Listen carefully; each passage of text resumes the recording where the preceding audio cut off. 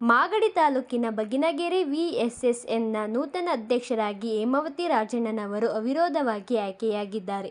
ಈ ಸಂದರ್ಭದಲ್ಲಿ ಮಾಜಿ ಜಿಲ್ಲೆ ಪಂಚಾಯತ್ ಅಧ್ಯಕ್ಷರಾದ ಧನಂಜಯ ಅವರು, ಶಿವರಾಜ್ ಅವರು, ವೆಂಕಟೇಶರವರು, ಶ್ರೀಪ್ರಸಾದರವರು, ರಾಜಣ್ಣನವರು, ಗಂಗಾಧರವರು ಮುಂತಾದ ಗಣ್ಯರು ಉಪಸ್ಥಿತರಿದ್ದರು.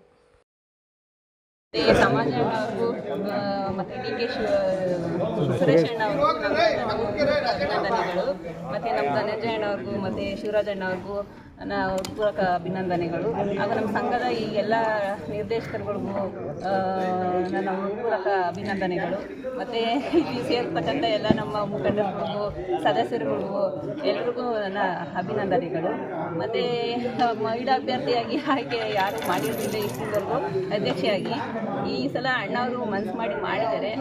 ಆದಷ್ಟು ನನ್ನ ಕೈಲಾದಷ್ಟು ಶ್ರಮಿಸಿ ಸಂಘ ನಾವು ಸಹ ಇನ್ನೂ ಉತ್ತಮ ಮಟ್ಟಕ್ಕೆ ಮಾಡೋಕ್ಕೆ ಪ್ರಯತ್ನ ಪಡ್ತೀನಿ.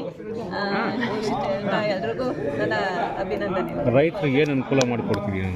ರೈತರಿಗೆ ಈಗ ಸಾಲ ಕೊಡಿಸೋದು ಮಾಡೋದು ಏನಿದ್ರು ಇದು ಅವಶ್ಯಕವಾಗಿ ರಸಗೊಬ್ಬರ ಮುಂದೆ ನಿಂತು ಇದು ಮಾಡಿಸ್ತೀನಿ. ಸಹಕಾರಿ ಕ್ಷೇತ್ರದಲ್ಲಿ ಏನು ಹೇಳ್ತೀರಾ? ಏನಿಲ್ಲ, ಈಗ ಬೈಂಗೆರೆ ವಿಎಸ್ಎಸ್ಗೆ ಪ್ರಪ್ರಥಮವಾಗಿ ನಮ್ಮ ತಾಲೂಕಿನಲ್ಲಿ ಮಹಿಳಾ ಅಧ್ಯಕ್ಷ ಮಾಡ್ತಿರೋದು ಬೈಂಗೆರೆ ವಿಎಸ್ಎಸ್ಗೆ. ಆ ಕೊಡುಗೆ ನಮ್ಮ ನಾಯಕರಾದಂಥ ಬಾಲಣ್ಣವ್ರಿಗೆ ಮತ್ತು ಅಶೋಕ್ ಅಣ್ಣವ್ರಿಗೆ ಹಾಗೂ ನಮ್ಮ ಮಾಜಿ ಸಂಸದಂಥ ಸುರೇಶ್ ಅಣ್ಣವ್ರಿಗೆ.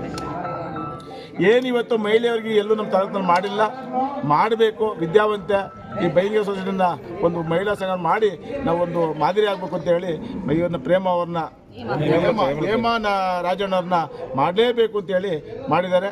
ಖಂಡಿತ ಒಳ್ಳೆಯ ಕೆಲಸವನ್ನು ನಮ್ಮ ಹೇಮ ಅವರು ಮಾಡ್ಕೊಂಡಿರ್ತಾರೆ ನಾನು ಭಾವಿಸ್ತಿರ್ತೇನೆ. ಏನು ಈ ಸೊಸೈಟಿಲಿ ಸಾಲ ಕೊಡಿಸ್ಬೇಕು ಅದನ್ನೆಲ್ಲವೂ ಹೆಚ್ಚಿನದಾಗಿ ನಾವು ಕೊಡಿಸ್ತೇವೆ. ಇದು ರಸಗೊಬ್ಬರ ಆಗ್ಬೋದು, ಪ್ರತಿಯೊಂದು ಆಗ್ಬೋದು ಕೆಲಸ ಮಾಡ್ತೇವೆ. ಏನು ಲಾಭದಲ್ಲಿ ಇದೆ ಸರ್ ಸೊಸೈಟಿ? ಖಂಡಿತ ಲಾಭದಲ್ಲಿ ಇದೆ, ಚೆನ್ನಾಗಿ ನಡ್ಕೊಳ್ತದೆ. ಹೊಸ ಬಿಲ್ಡಿಂಗ್ ಕಡಿದೆ, ನಾಳೆ ಉದ್ಘಾಟನೆ ಆಗಬೇಕಾಯಿತು. ಬಾಲಣ್ಣವ್ರು ಡೇಟ್ ಕೊಟ್ಟಿಲ್ಲ, ಇನ್ನು ಇಷ್ಟೇ ದಿನದಲ್ಲಿ ಅದನ್ನ ಉದ್ಘಾಟನೆ ಸಹ ಮಾಡ್ತಾರೆ. ನಾನು ಇನ್ನೂ ಚೆನ್ನಾಗಿ ಮುಂದುವರ್ಸ್ಕೊಂಡಿಲ್ಲ ಅಂತ ನಮ್ಮ ಸೋದರ ಅಂತ ಹೇಮ ಅವರಿಗೆ ಅಭಿನಂದನೆ ಸಲ್ಲಿಸ್ತಾ ಇದ್ದೀನಿ.